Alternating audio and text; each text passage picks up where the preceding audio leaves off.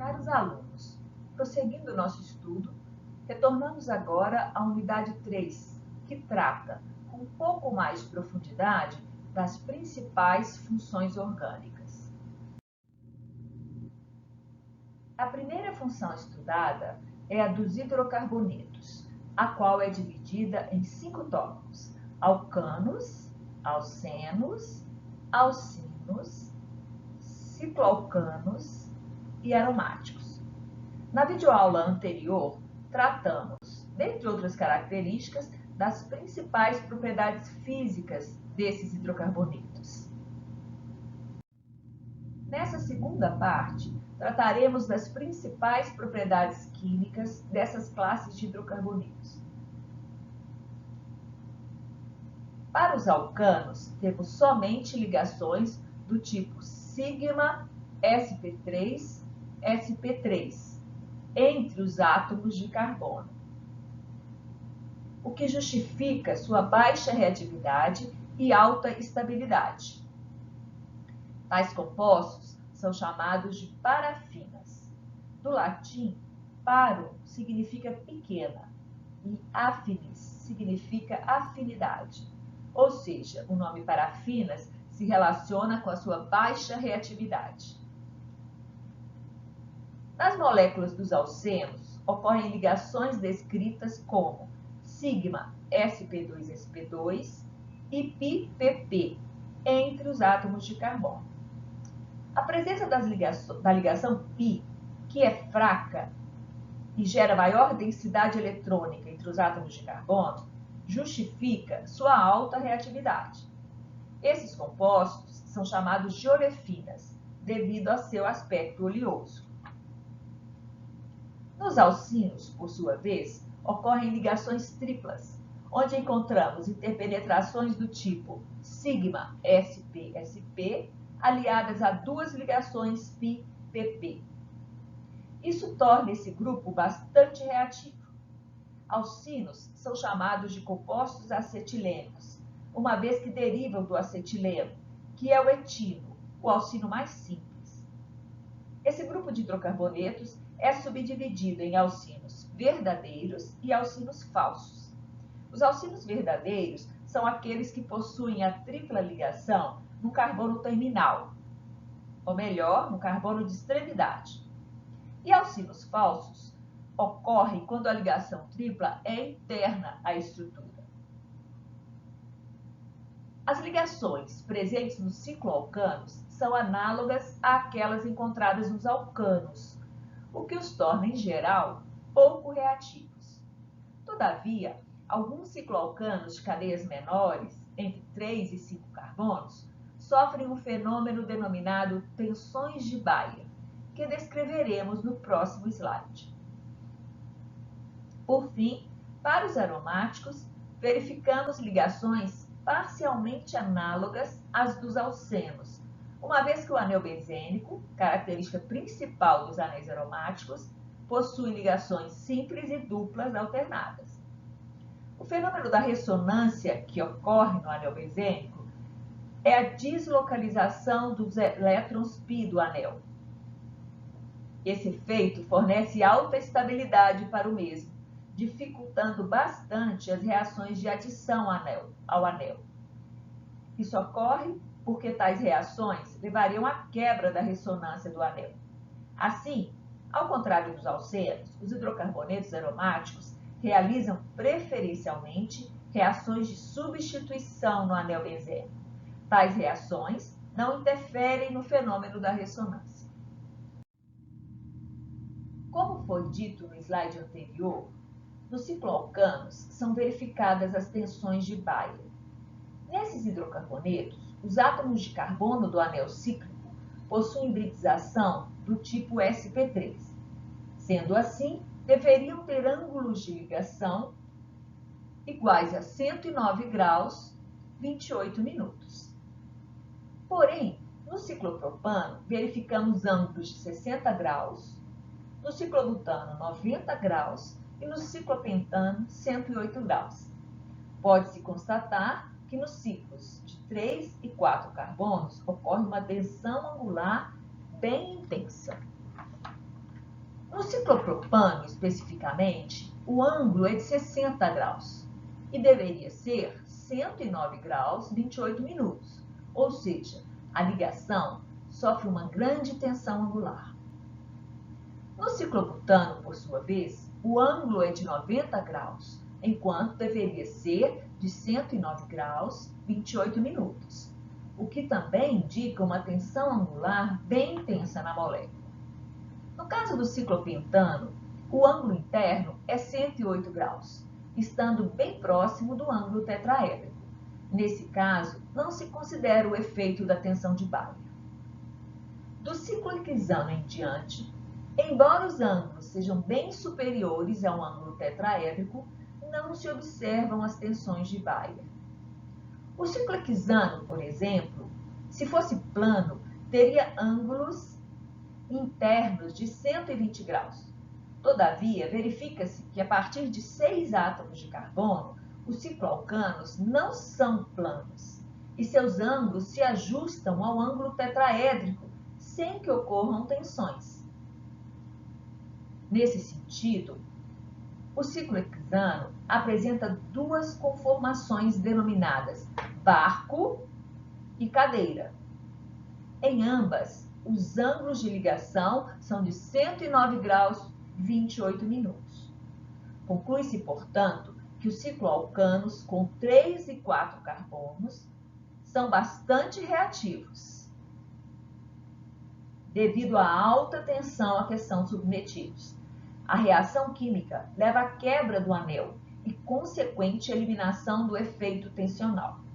A partir de 5 carbonos, essa reatividade é análoga à dos alcanos. Passemos agora às reações dos hidrocarbonetos propriamente ditas. Na reação de hidrogenação, ocorre adição de hidrogênio a uma ligação π, seja ela de um alceno, um cicloalceno ou um alcino. Alcenos e cicloalcenos comportam-se de maneira semelhante, sendo que em ambos os casos, a reação de hidrogenação catalítica leva à quebra da ligação π com posterior adição dos átomos de hidrogênio à molécula orgânica.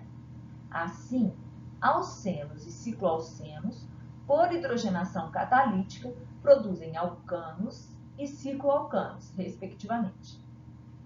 No exemplo dado, o propeno adiciona hidrogênio sob a ação de um catalisador e com aquecimento, levando à formação do propano. Percebe-se que os átomos de hidrogênio foram adicionados ao composto orgânico. Os alcinos reagem com hidrogênio de modo semelhante, pois sofrem hidrogenação parcial ou total. Na hidrogenação parcial, ocorre a adição de 1 mol de hidrogênio e o alcino produz um alceno. Na hidrogenação total, ocorre a adição de 2 mols de hidrogênio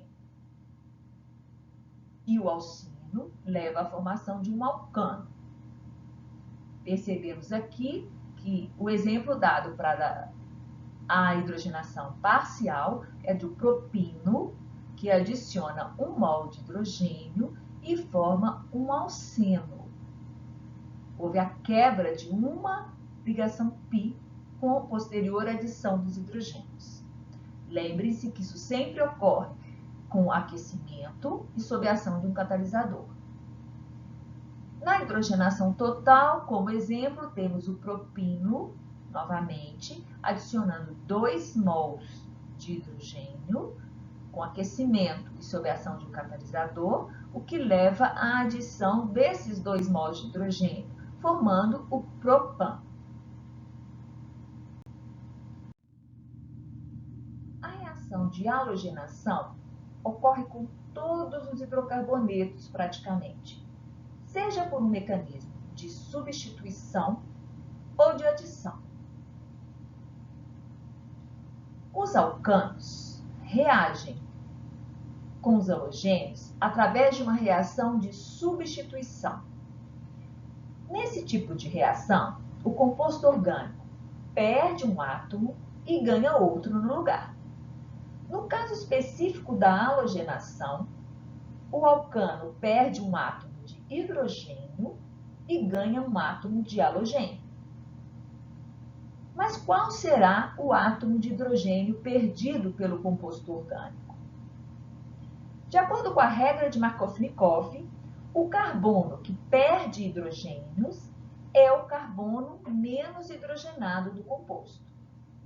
No exemplo citado, o propano perde hidrogênio do seu único carbono secundário, que é o carbono CH2, e ganha um bromo na mesma posição onde estava o hidrogênio, formando então o 2-bromo-propano. Alcenos e cicloalcenos, além dos alcinos, reagem com halogênios através das reações de adição. Assim, quebram a ligação π e adicionam os dois átomos de halogênio no mesmo lugar. Nesse exemplo, o eteno adiciona dois átomos de cloro sob aquecimento, produzindo um 1,2-dicloroetano. Vejam que houve a quebra da ligação π do alceno com posterior adição dos dois átomos de cloro. Já o etino adiciona 1 mol de cloro, formando um 1,2-dicloroeteno, numa halogenação denominada halogenação parcial. Por outro lado, ele pode adicionar 2 mols de cloro e levar à formação do 1,2,2-tetacloroetano, sob um mecanismo denominado hidrogenação total. Cicloalcenos reagem exatamente como os alcenos. Vamos tratar agora da hidratação de alcenos e alcinos em meio ácido. Essa reação ocorre através do mecanismo de adição, de modo que ocorre o rompimento de uma ligação π e a adição consecutiva da molécula de água. No entanto, sempre surge uma dúvida: em qual dos átomos de carbono o hidrogênio será adicionado? E em qual dos átomos de carbono o OH será adicionado? De acordo com a regra de Zaitsev, o hidrogênio é adicionado ao carbono mais hidrogenado da ligação dupla ou tripla, dependendo do hidrocarboneto em questão, ser um alceno ou um alcino. Um exemplo considerado para o alceno, o propeno adiciona o hidrogênio no carbono primário, que é o mais hidrogenado, levando à formação de um álcool, mais especificamente o propan-2-ol. Essa reação ocorre sob a ação de um meio ácido, que funciona como um catalisador. Na hidratação do but2-ino, ocorre a adição de hidrogênio e OH nos dois carbonos da tripla.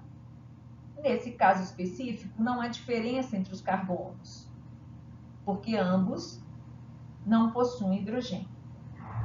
Isso leva à formação de um enol. O enol é um grupo funcional onde o carbono que possui o OH também possui uma dupla ligação. Esse enol, que é o but2-en-2-sol, sofre isomeria por tautomerização, levando à formação de uma cetona, mais especificamente a butanona. Agora trataremos da reação de combustão. A combustão é uma reação de oxidação de um composto, denominado combustível, com o oxigênio do ar, chamado comburente. Isso leva à formação de gás carbônico e água.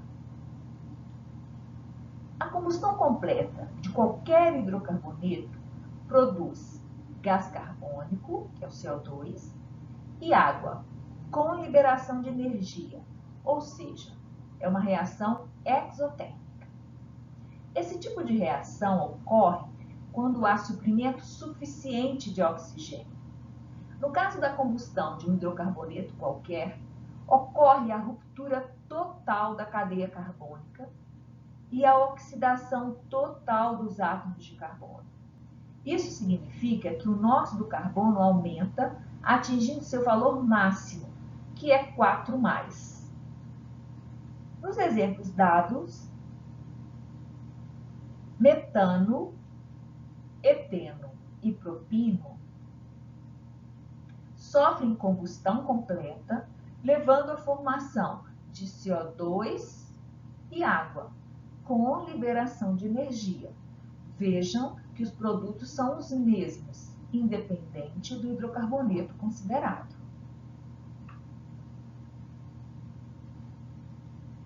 No caso de uma combustão incompleta, os produtos formados podem ser água, CO, que é o monóxido de carbono, e carbono sólido, denominado fulígeno. Nesses casos, o suprimento de oxigênio é insuficiente para consumir todo o combustível, no caso, o hidrocarboneto.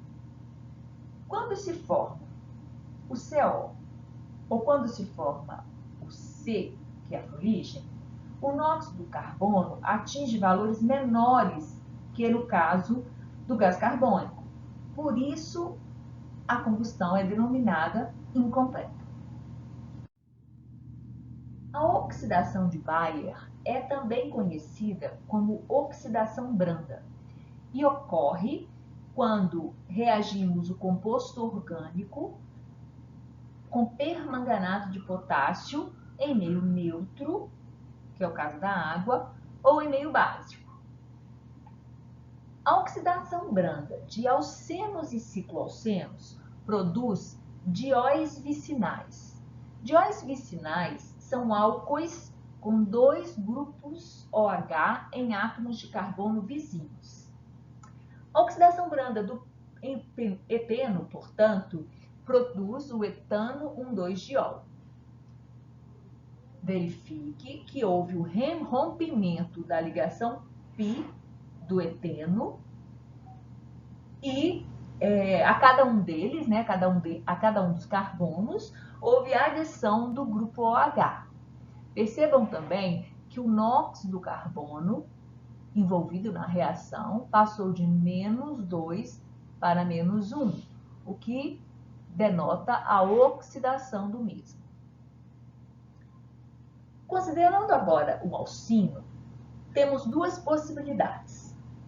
A oxidação branda de um alcino falso produz uma diona, como é o caso da butanodiona, resultante da oxidação branda do but2-imo. Vejam que houve a quebra das 2 ligações π entre os carbonos da tripla e posterior adição de 2 grupos dupla O nesses mesmos carbonos. O nóxido do carbono passa então de 0 para +2, confirmando a perda de elétrons. No caso de um alcino verdadeiro, que é o alcino que tem tripla em posição terminal, né, na extremidade,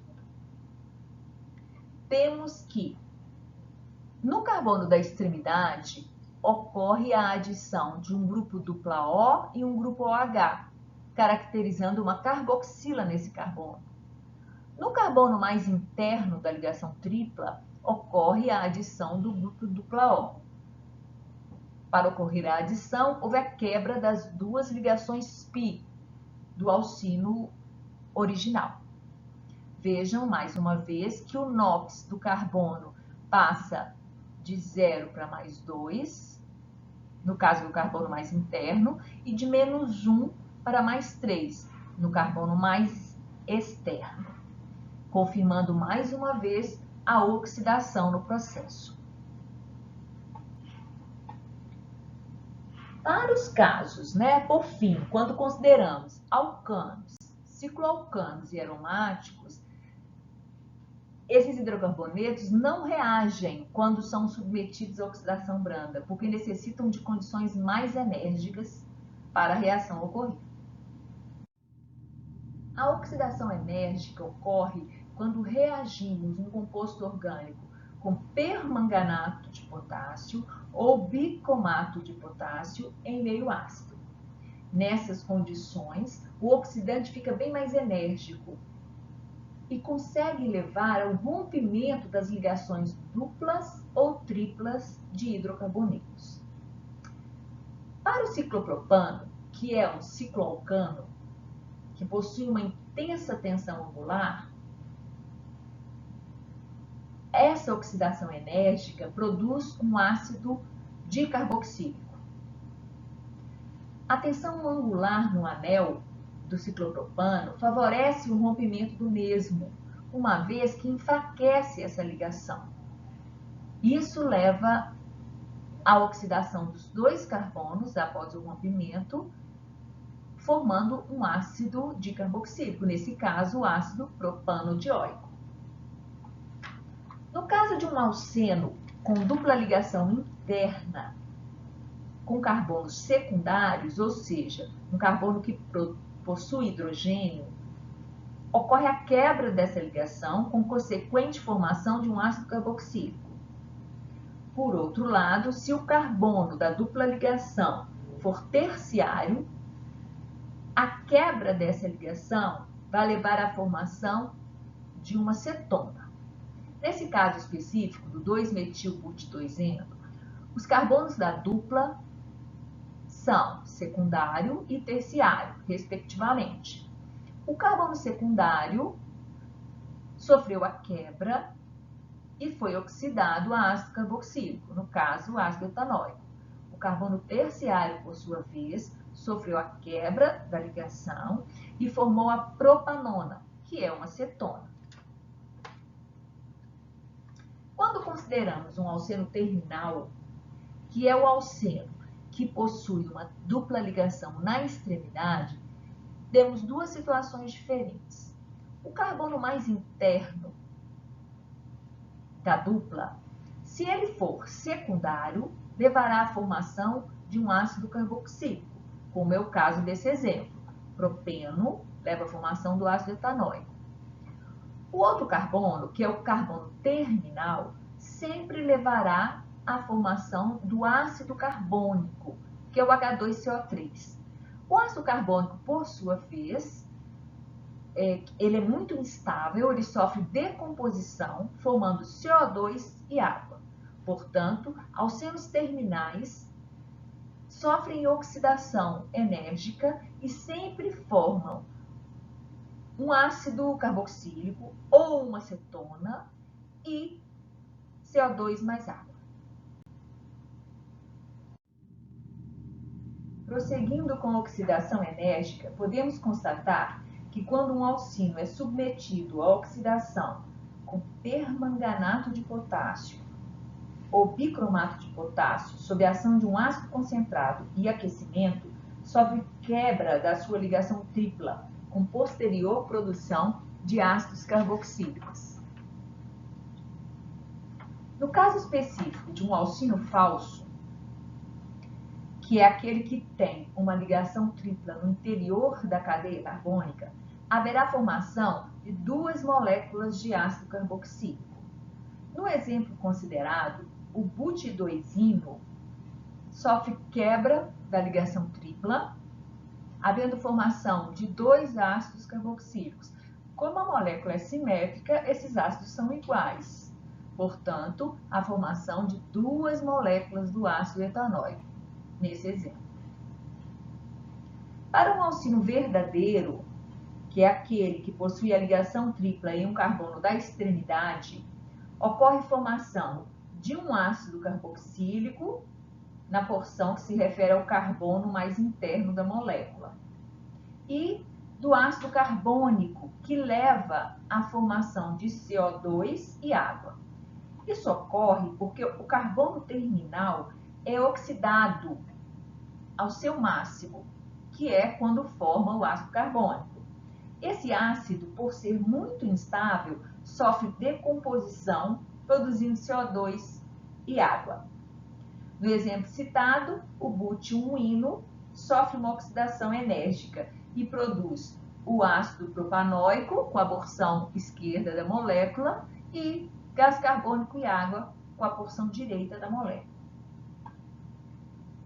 A oxidação enérgica é capaz de oxidar as cadeias laterais dos hidrocarbonetos aromáticos. Todavia, não é suficientemente enérgica para romper as ligações duplas do anel benzênico, uma vez que isso levaria à interrupção da ressonância do anel. E a ressonância é um fator que estabiliza bastante a estrutura. Assim, quando submetemos um hidrocarboneto aromático, como o metilbenzeno, também conhecido como tolueno, à oxidação enérgica, forma-se um ácido carboxílico, o ácido fenilmetanoico, conhecido como ácido benzoico. Isso porque o oxidante oxida a cadeia lateral do metilbenzeno, que é o grupamento metila, formando, portanto, esse ácido carboxílico.